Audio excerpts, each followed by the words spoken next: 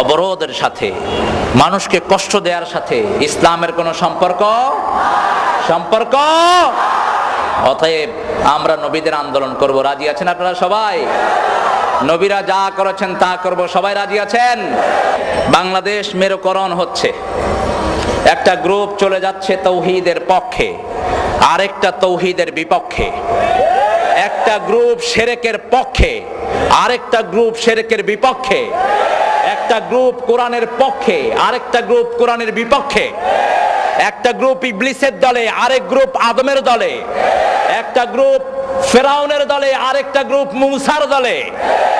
একটা গ্রুপ আবু জেহিল্লার দলে, আরেকটা গ্রুপ মুহাম্মদ সাল্লাল্লাহু। আপনারা কার দলে থাকবেন? আল্লাহর দলে থাকবো। সবাই রাজি আছেন তো? আল্লাহ কবুল করুন।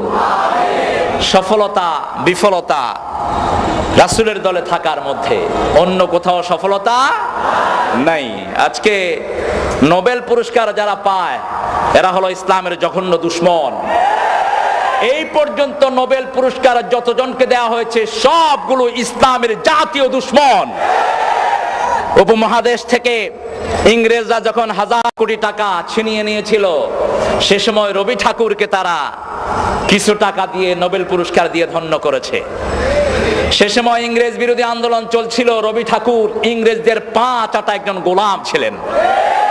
অন্যদিকে নজরুল ছিল ইংরেজদের বিরুদ্ধে তৌহিদের পক্ষে, ঠিক কিনা? নজরুল তখন বলেছিল, সারা দেশ ছাড়বি কিনা বল, না ছাড়িলে কিলের চোটে হাল করিব জল। কারার ওই লৌহ কপাট ভেঙে ফেল কর্রে লপাট, রক্ত জামার শিকল পূজার পাষাণ ভেদি।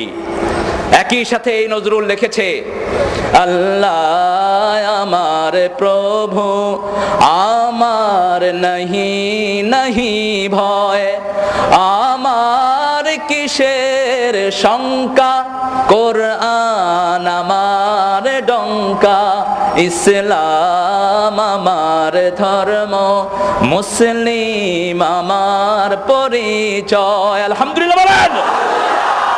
আর রবি ঠাকুর ওই সময় লিখছিলেন, আমারও পরানো যাহা চায় তুমি তাই তাই গো, তোর চরণ তলে ঠেকাই মাথা। নাউজুবিল্লাহ বলেন। সেজন্য তারা তাকে নোবেল পুরস্কার দিয়েছে। এখন একজনের চেহারা খুব দেখা যায় টেলিভিশনে, বাংলাদেশের মহিলাদেরকে বিভৎস করার জন্য, গ্রামে গঞ্জে সুদের মতো কবিরা গুনাহকে পৌঁছে দেওয়ার জন্য সবচেয়ে বড় অবদান যিনি রেখেছেন তার নাম হলো ডাক্তার ইউনূস। সুদ এত বেশি কোনো ব্যাংকে নাই যত বেশি গ্রামীণ ব্যাংকে, এবং এই সুদ দিয়ে তিনি মানুষের বাড়িঘর ভেঙে নিয়েছেন। এটার অসংখ্য নজির আছে। যদি ইসলাম থাকতো, হাজার হাজার জিনার দায়ে তাকে শাস্তি দেয়া হতো। আল্লাহ আমাদেরকে সঠিক সমঝ দান করুক, আমরা বলি আমিন। আমার নবী বলেছেন, একটা কাজে সুদের খায় 42 বার মায়ের সাথে জিনার গুনাহ তার আমলনামায় ওঠে। এই অপকর্মের সাথে যে জাতিকে লিপ্ত করেছে তার জন্য আমাদের কোনো শ্রদ্ধা থাকতে। মুমিন কারা, এই সংজ্ঞাটা আমাদের নিতে হবে কোরআন থেকে। কে বলবেন? কে বলবেন? আল্লাহ বলবেন। যেহেতু মুমিন নাম আল্লাহই রেখেছেন, মুমিন নামে একটা সূরাও কোরআন শরীফে দিয়েছেন, আবার মুমিনুন নামেও সূরা দিয়েছেন। এক বচনও আছে, বহু বচনও আছে, কিন্তু শুধু সূরা কাফের নাই, কাফেরুন আছে। কাফেরুনদের জন্য ছোট্ট একটা সূরা দিলেন। বিশ্বনবী প্রতিদিন ফজরের নামাজে সুন্নতের সময় এই সূরাটা তেলাওয়াত করতেন, কারণ কাফেরদের সাথে আমাদের কি আন্ডারস্ট্যান্ডিং হবে, কি ভূমিকা আমরা তাদের সাথে রাখবো, সেই নীতিমালা নির্ধারণ করে দিয়েছেন কে? একই সাথে সূরা কাফিরুন পড়তেন আর সূরা ইখলাস পড়তেন। আবার রমজানুল মুবারকে যখন বিতরের নামাজ পড়তেন, সেই সময়ও প্রথম রাকাতে পড়তেন সাব্বিহিসমা রাব্বিকাল আলা, দ্বিতীয় রাকাতে পড়তেন কাফিরুন, তৃতীয় রাকাতে পড়তেন কুল হুয়াল্লাহু আহাদ আল্লাহুস সামাদ লাম ইয়ালিদ ওয়া লাম ইউলাদ ওয়া লাম ইয়াকুল লাহু কুফুয়ান আহাদ। কার পরিচয়? আরো চিৎকার করে বলেন, আল্লাহর পরিচয়। ইমানের প্রথম শর্তই হলো কালেমার ঘোষণা। এই কালেমার ঘোষণা দিতে হবে তিনটি পর্যায়ে, ইকরার বিল লিসান, তাসদীক বিল জানান, আমল বিল আরকান। একজনে কালেমার ঘোষণা দিল, তার হৃদয়ের মধ্যে এটার বিশ্বাস থাকবে। যখনই সে কালেমার ঘোষণা দিল, ফজরের আজান হলে আর সে বাড়িতে ঘুমিয়ে থাকতে পারবে না। যখনই নামাজের আজান হলো, কালেমার সাথে সাথেই নামাজের ঘোষণা দিয়েছেন কে? আল্লাহ বলছেন, শুনো আমি কি দিয়েছি ইমানের বহিঃপ্রকাশের জন্য, কি দিয়েছি শুনো। আল্লাযীনা ইউমিনুনা বিল গায়বি ওয়া ইউকিমুনাস সালাতা ওয়া মিম্মা রাযাকনাহুম ইউনফিকুন। ঈমান আনার সাথে সাথে নামাজ কায়েমের আন্দোলন করবা। যেই দলে নামাজ আছে, যেই দলের নেতা নামাজি, কর্মীরাও নামাজি, যেই দল নামাজকে রাষ্ট্রীয় মর্যাদায় আনতে চায়, সেই দল করার কথা বলেছেন কে? আপনারা সেই দল করতে রাজি আছেন না নাই? কে কে রাজি? দুই হাত তুলে আল্লাহকে দেখাও।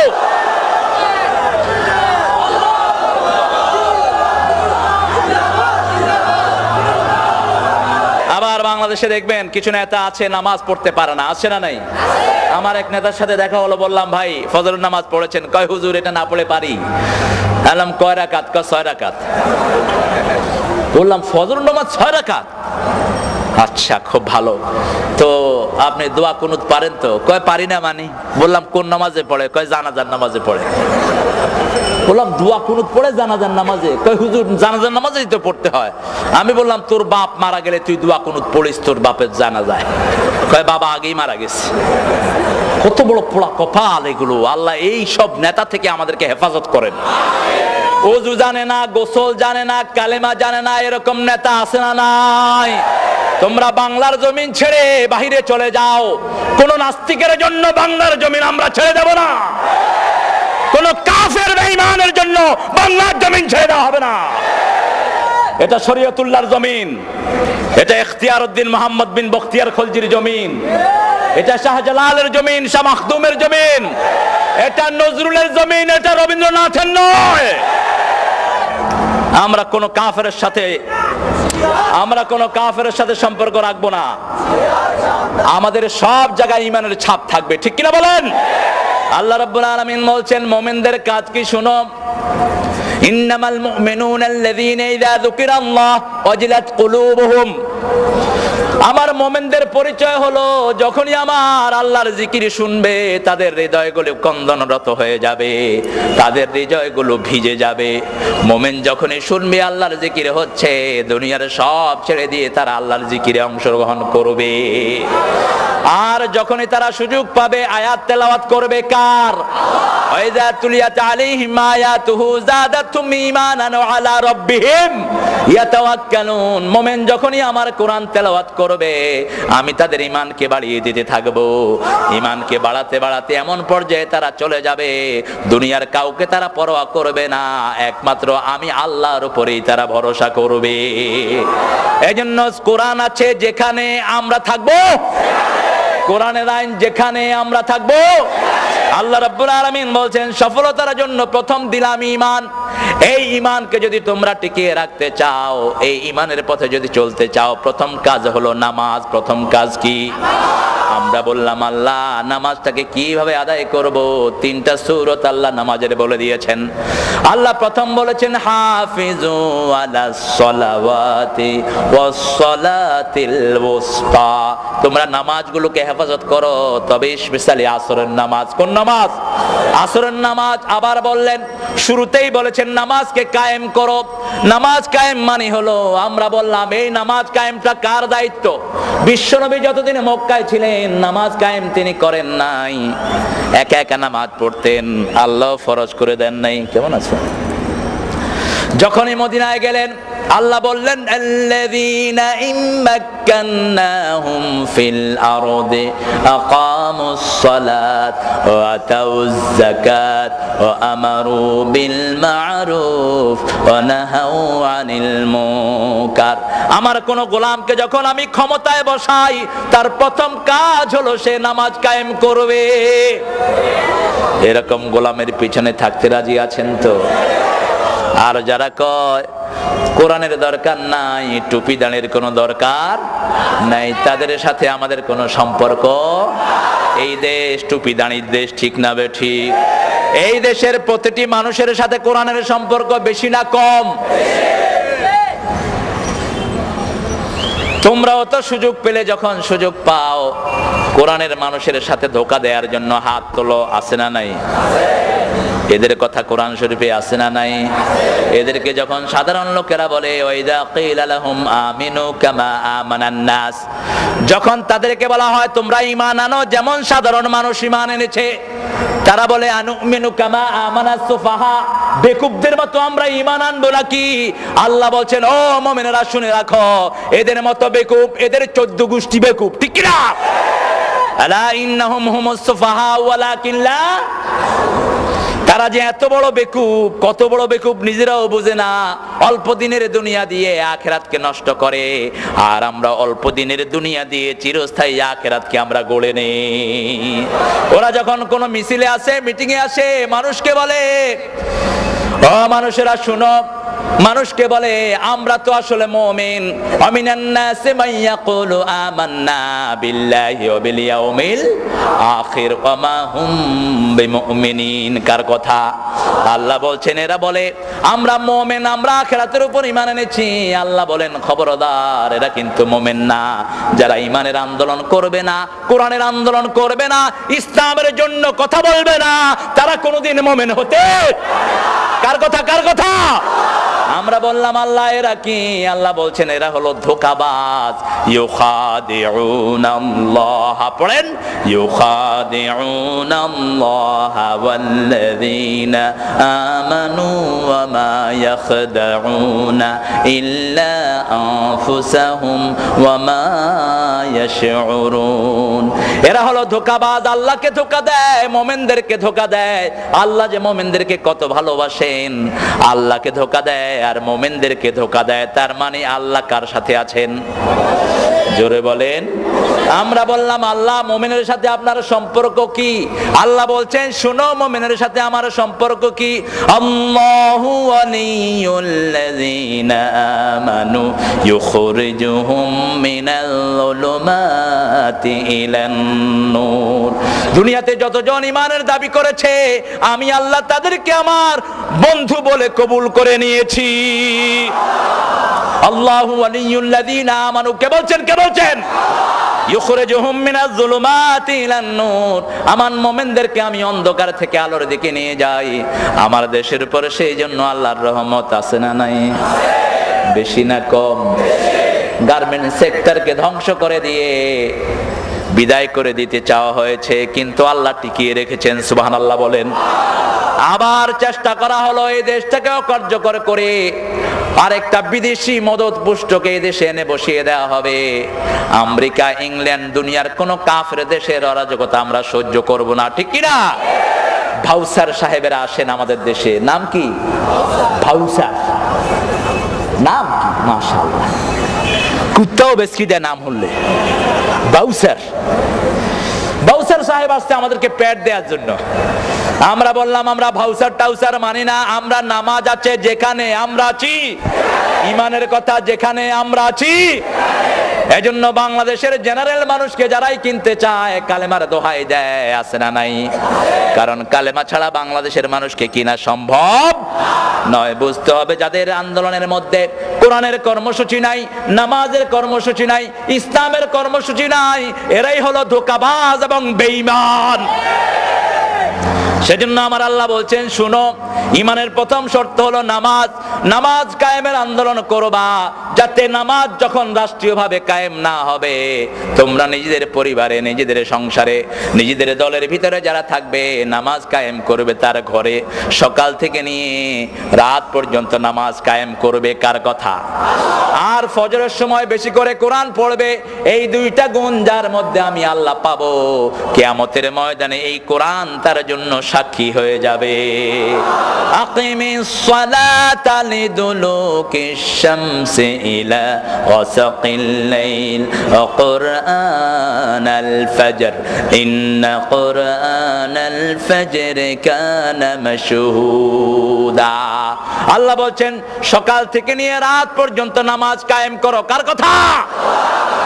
কারণ নামাজের ভিতরে আমরা কার কথা পড়ি? আল্লাহর কথা পড়ি। এই জন্য নামাজ, যাদের জীবনে নামাজের কর্মসূচি নাই তারা কখনো মুমিন হতে, আপনি নিজে নামাজ পড়েন কিন্তু নামাজে যেই দল রাষ্ট্রে গেলে, রাষ্ট্রীয় ক্ষমতায় গেলে নামাজ কায়েম করবে, এমন দলের সাথে আপনার বন্ধুত্ব নাই, আপনার সম্পর্ক নাই। আপনার সম্পর্ক এমন দলের সাথে যারা মসজিদের তালা লাগিয়ে দেয়, যারা টুপি দাড়ির অপমান করে, নামাজের বেইজ্জতি করে, বুঝতে হবে আপনার নামাজ জীবনেও কবুল।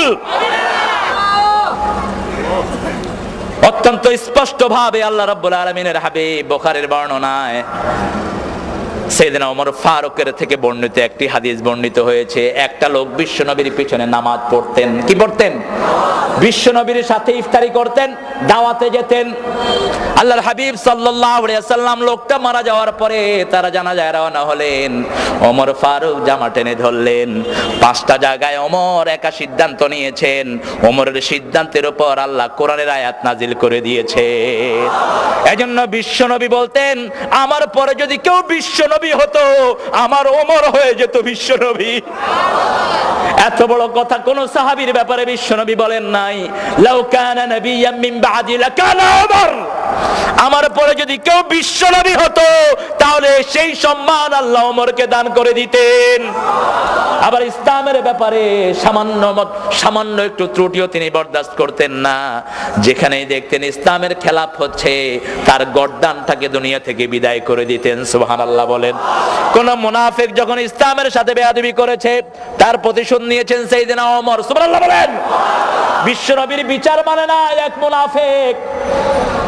আল্লাহর হাবিবের বিচার না মেনে আবু বকরের কাছে গেলেন। তিনি বললেন, আমি এই বিচার ফয়সালা করতে পারবো না, কারণ বিশ্বনবীর উপরে বিচার ফয়সালা করার আর কারো দুনিয়াতে ক্ষমতা।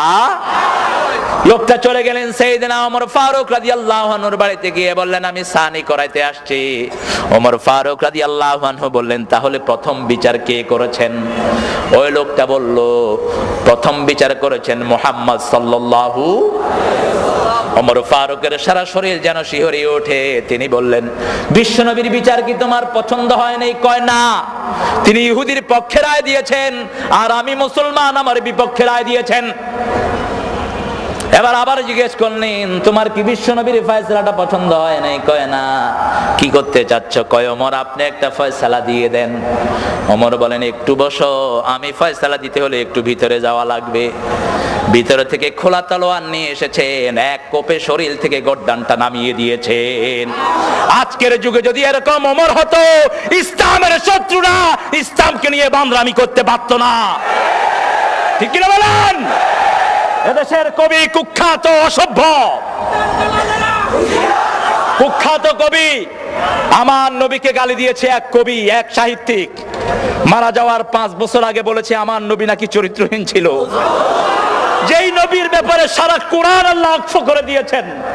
আল্লাহ নিজের সিফতি নাম বিশ্ব নবীর চরিত্রের জন্য ব্যবহার করেছেন। আল্লাহ আজিম শব্দটি কোন নবীর চরিত্রের জন্য ব্যবহার করেন নাই, বিশ্ব নবীর চরিত্র ছাড়া। এমন চরিত্র আল্লাহ দিলেন, কিয়ামত পর্যন্ত মানুষ অনুসরণ করে এই চরিত্রের আগামাথা করতে পারবে না। আল্লাহু আকবার। সেই নবীর ব্যাপারে যখন এত কটু কথা বলা হলো, তাকে বলা হলো সাহসী লেখক। তিনি নাকি সাহসী লেখক। এই দেশের ক্ষমতাসীনরা যদি তৌহিদ বুঝতো, কোরআন বুঝতো, ওই লেখকটা বাংলাদেশে ঢুকার সাথে সাথে তাকে ফাঁসি কাস্টে ঝুলানো হতো। ঠিক কিনা? কারণ পৃথিবীতে যারা বিশ্ব নবীর বিরুদ্ধে কথা বলে, দুনিয়াতে বেঁচে থাকার তাদের কোনো অধিকার। আল্লাহর হাবিব সাল্লাল্লাহু আলাইহি সাল্লামের বিরুদ্ধে এত বড় কথা কোন ইহুদি, কোন খ্রিস্টান, কোন বেঈমান কখনোই বলতে পারে নাই। তার মৃত্যু হলো জার্মানে। লোকটার নাম জানেন তো আপনারা? কি নাম? অজাত।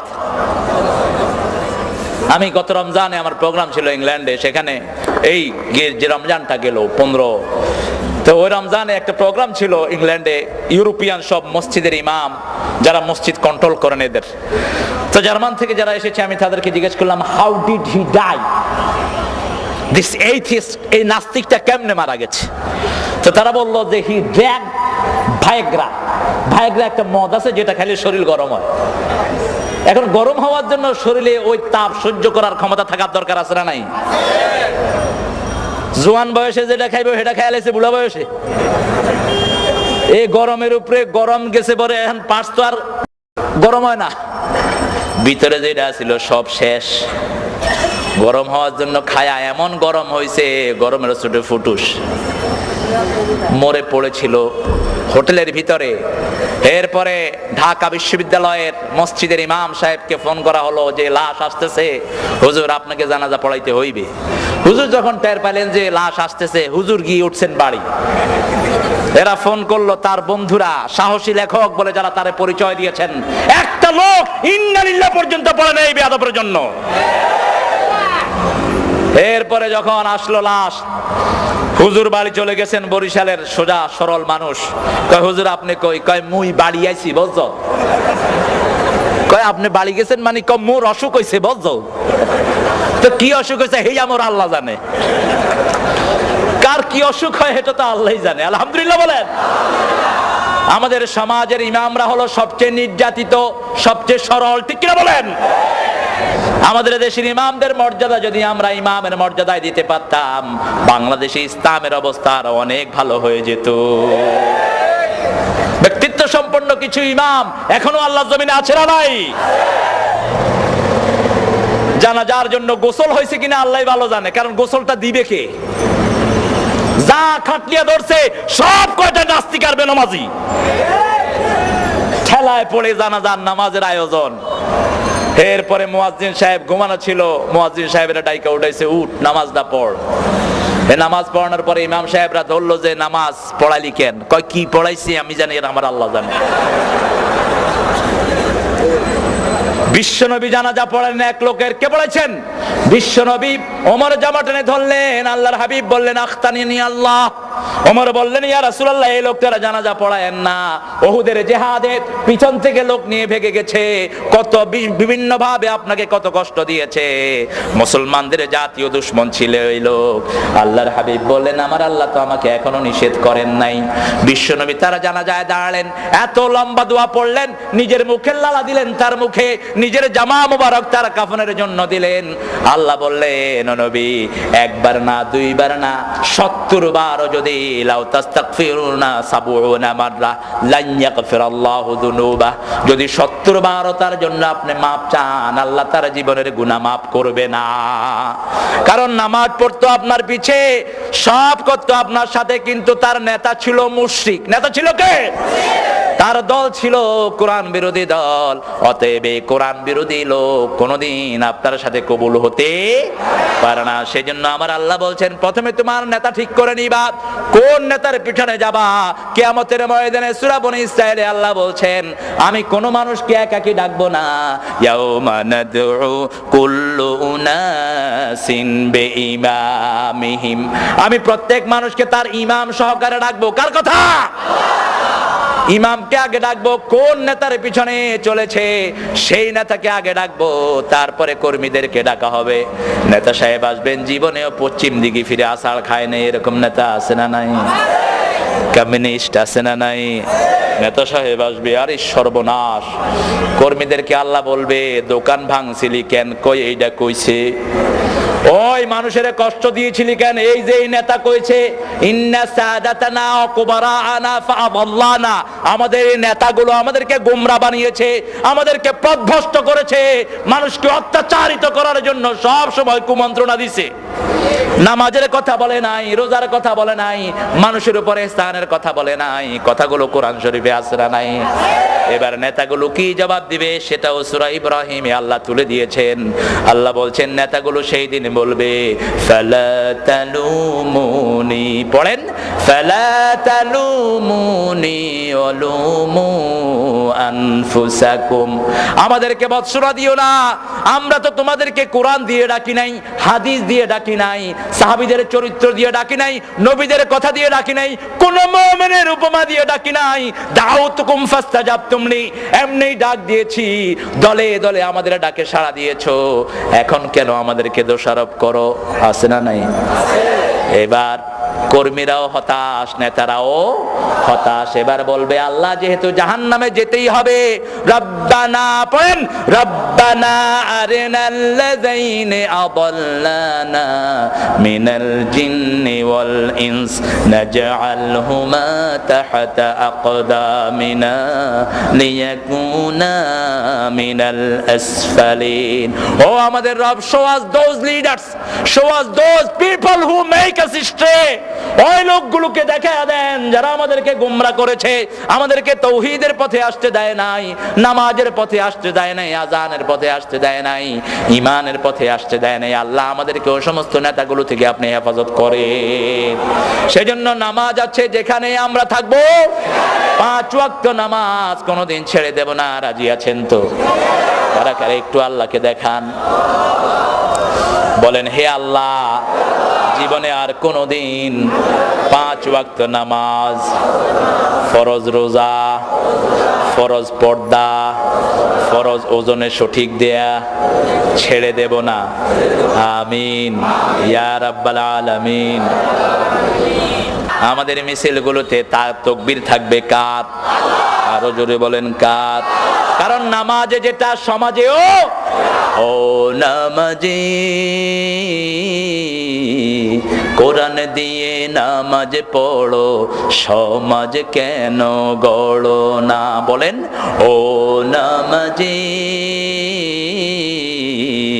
কোরআন দিয়ে নামাজ পড়ো, সমাজ কেন গড়ো না? সমাজের কথা এই কোরআনে আছে না নাই? 5 ওয়াক্ত নামাজ এমন ভাবে আল্লাহ সেট করেছেন, 1 ঘন্টার জন্য যেন আপনি বাহির হয়ে না যান। আবার বিশ্বনবী সুসংবাদ দিয়েছেন, ফজরের নামাজ পড়ে যখন যোহর পড়তে যান, মধ্যখানে যেই গুনাহগুলো হয়েছে, ওযু করার সাথে সাথে হাতের গুনাহ আল্লাহ মাফ করে দেয়। মুখে পানি দেওয়ার সাথে মুখের গুনাহ মাফ হয়ে যায়, পায়ে পানি পড়ার সাথে সাথে পায়ের গুনাহ মাফ হয়ে যায়। আবার 1 জুমা পড়লেন, আরেক জুমা পর্যন্ত গুনাহগুলো কাফফারা হয়ে যায়। এই অবস্থায় যদি আপনি তওবা করেন, একদম মাসুম করে আল্লাহ বের করে দেয়। সেজন্য বিশ্বনবী বলেছেন, 5 ওয়াক্ত নামাজ হলো ওই নদীর মতো। একটা বাড়ির সামনে দিয়ে যদি একটা নদী প্রবাহিত হয়, সেই নদীতে যদি কেউ 5 বার গোসল করে, তার গায়ে কোনো ময়লা থাকবে? একবার গোসল করলেই তো ময়লা পরিষ্কার। ফজর দিলেন, ফজরের একটু পরে দিলেন জোহর, জোহরের একটু পরে আসর, আসরের একটু পরে মাগরিব, মাগরিবের পরে শাসরা নাই, এমন ভাবে সাজিয়ে দিলেন। ঘুমাইয়া কাজা করেছো ফজর, তখনও জাগনি, যখন জোহর, হেলায় খেলায় কেটেছে আসর, মাগরিবের ওই শুনিয়া যান, এখনো জামাতে হওরে শামিল, এখনো এসাতে আছে স্থান, বাজিছে দামামা বাদরে আমামা, শির উঁচু করি মুসলমান, দাওয়াত এসেছে নয়া জামানার, ভাঙা কেল্লায় উড়ে নিশান। আলহামদুলিল্লাহ বলেন। আমাদের জীবন হলো নামাজ। জীবন আগে না নামাজ আগে? কে বলেছেন? কে বলেছেন?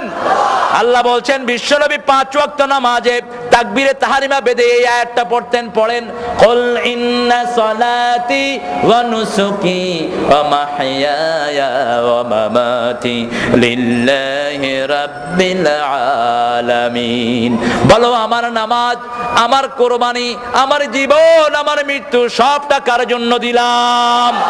সে আল্লাহ বলছেন, গোলাম নামাজ কায়েম করবা, নামাজ হেফাজত করবা, আর নামাজ যখন পড়বা তোমার হৃদয়ের অবস্থাটা কি হবে শোনো। ওয়াল্লাযীনা হুম ফি সালাতিহিম মুখাশিউন। খুশু খুজু মানে স্থিরতা, খুশু খুজু মানে কার ভয়? একজন সাহাবী নামাজে দাঁড়িয়েছেন, নামাজে দাঁড়িয়ে জামা লাড়তেছেন, দাড়ি লাড়ছেন। আল্লাহর হাবিব সাল্লাল্লাহু আলাইহি সাল্লাম বললেন, লাউ খাশিয়াত কলবাহু লা খাশিয়াত জাওয়ারিহু। তার হৃদয়ে যদি আল্লাহর ভয় থাকতো, তাহলে অঙ্গ প্রত্যঙ্গের মধ্যেও ভয় থাকতো। সুবহানাল্লাহ বলেন। সেজন্য নামাজের জন্য ভয় করব কাকে? সবখানে ভয় থাকবে কার? নাকি মানুষের, নাকি র্যাবের, নাকি বিডিআর, নাকি আমেরিকার বাঁদরদের? ভয় রাখবো কার?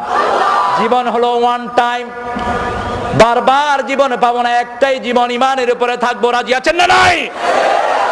সেজন্য ইমানের রাস্তায় যত কষ্টই আসুক না, আমরা সেই রাস্তা ছাড়বো না। কারণ দুনিয়াতে আমরা কেউ থাকতে আসি নেই, নামাজের সমাজ কায়েমের জন্য যত কষ্টের দরকার আমরা করতে রাজি আছি না নাই? নিজেরা নামাজ ছাড়বো না, নিজেরা মসজিদগুলো আবাদ করব। আল্লাহর হাবিব সাল্লাল্লাহু আলাইহি সাল্লামের মাধ্যমে আল্লাহ হাদিসে কুদসিতে বলছেন, দুই প্রকার লোকের জন্য এই দুনিয়াটাকে আমি টিকিয়ে রাখি। এক হলো আমিরুনাল মাসাজিদ, আর দ্বিতীয় হলো মুস্তাগফিরিনা বিল আসহার, যারা মসজিদকে আবাদ করে আর যারা শেষ রাতে তাহাজ্জুদের সময় উঠে গুনগুন করে গুনার জন্য আল্লাহর কাছে কাঁদে। আল্লাহ এই দুই দলের মধ্যে আমাদেরকে শামিল করে দেন। আল্লাহ বলেও দিয়েছেন, শুনো আমার মুমিনের কাজ শুনো, ইন্নামা ইয়া'মুরু মাসাজিদাল্লাহি মান আমানা বিল্লাহ, যারা ঈমান এনেছে তারা মসজিদ আবাদ করবে। কে বলছেন? আল্লাহ।